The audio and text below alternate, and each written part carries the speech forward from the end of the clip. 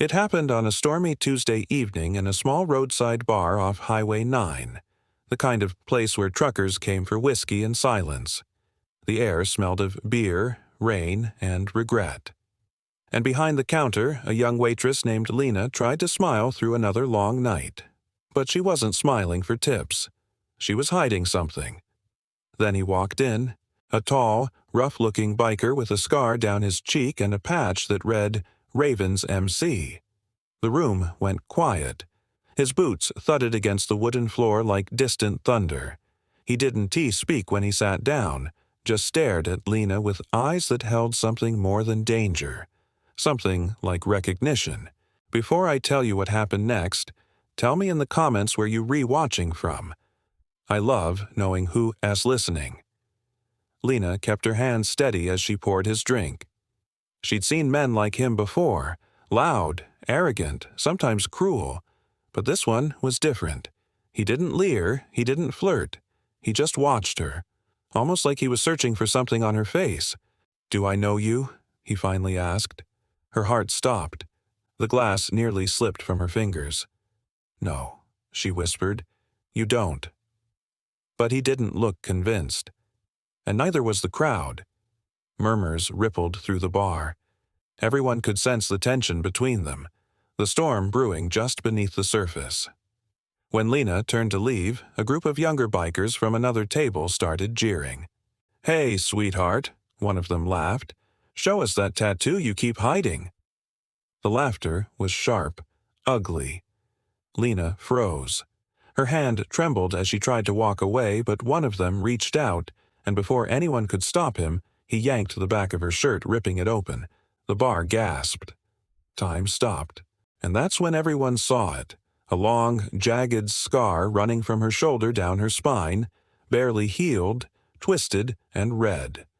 The biker who'd been watching her, the one with the Ravens patch, went pale. His glass shattered in his hand. He stood, voice trembling. "Who did that to you?" Lena couldn't speak. Her eyes filled with tears. The young bikers went silent, suddenly realizing they'd gone too far. But it was too late. The older biker's rage filled the room like a storm breaking open. He grabbed the kid by his collar, slamming him against the wall. "Where did you learn to treat a woman like that?" he growled. The room erupted in shouts, chairs scraping, fists clenching. But Lena's voice cut through it all. "Stop!" she cried, her voice shaking. "Please, don't." And for a moment everything was still again. The biker turned toward her, his eyes softening. "Who did this to you?" he asked again, quieter this time. Lena finally spoke, voice breaking. "A man I ran from, 2 towns over. He said if I ever told anyone he'd find me." The biker's jaw tightened. The whole bar was silent now.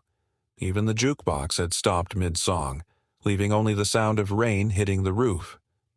He took off his leather jacket and gently wrapped it around her shoulders, covering the torn shirt. "He won't touch you again," he said. "Not as a threat, but as a promise." Then he turned to his crew, the Ravens. Without another word, they stood up, every single one of them. A silent pact formed in that moment, forged not from vengeance, but from justice. An hour later, the rain had stopped. The Ravens roared off into the night, tires hissing against the wet asphalt. Lena stood at the window, clutching the jacket he'd left behind.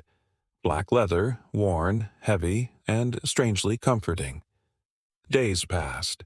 Then one morning, a police car pulled up outside the bar. The sheriff walked in, holding his hat in his hands. "They found him," he said simply. "The man who hurt you. He's in custody. Anonymous tip?"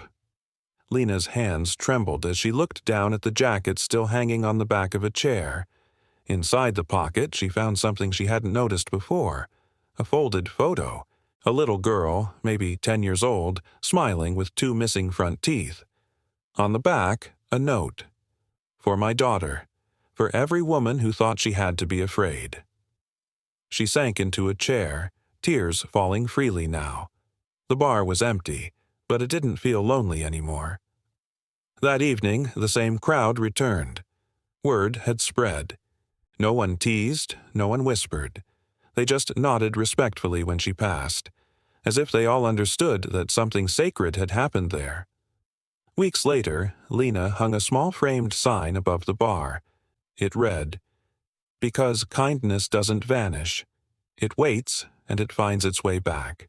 She ran her hand across the counter, remembering the night that had changed everything. The night a stranger's anger became her protection, and his compassion became her strength. Outside, thunder rolled again, distant and low, but inside the bar, the light felt different. Warm, alive, unafraid. Sometimes the people who look the roughest carry the gentlest hearts, and sometimes one act of courage can rewrite a lifetime of fear. So if this story moved you, hit that subscribe button, leave a comment, and share it with someone who believes that goodness still exists. Because it does. It's just waiting for someone brave enough to bring it back.